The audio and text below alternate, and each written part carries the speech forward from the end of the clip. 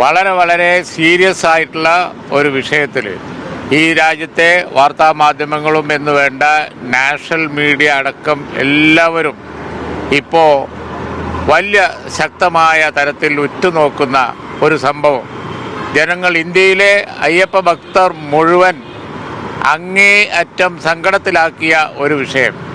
അമൂല്യമായ സ്വർണ്ണപ്പാളി ശില്പങ്ങൾ, അതിൻ്റെ വില മതിക്കാൻ കഴിയില്ല. അത് എത്ര കോടികൾക്ക് വിൽക്കാൻ കഴിയും എന്ന് ഇപ്പോൾ ആർക്കും നിശ്ചയമില്ല.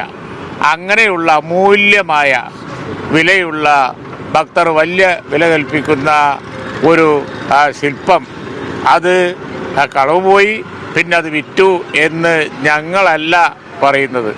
കോടതി വിധിയിൽ തന്നെ അത് മുഴുവൻ അടങ്ങിയിരിക്കുന്നു.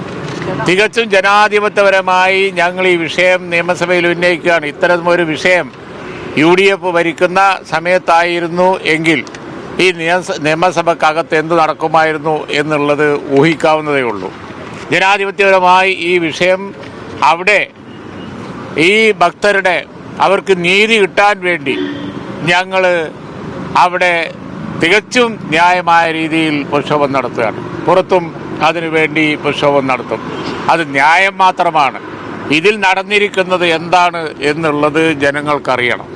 യാതൊരു സംശയമില്ല. പൂർണ്ണമായി അതിൻ്റെ സത്യമായ വിവരം ജനങ്ങളെ സംബന്ധിച്ചിടത്തോളം കിട്ടിയാൽ മാത്രമേ ഭക്തർ അടങ്ങുകയുള്ളൂ. അതല്ല എങ്കിൽ ഈ പ്രക്ഷോഭം ഒന്നിനൊന്ന് നീറിപ്പോകുകയല്ലാതെ അവസാനിക്കാൻ പോകുന്നില്ല.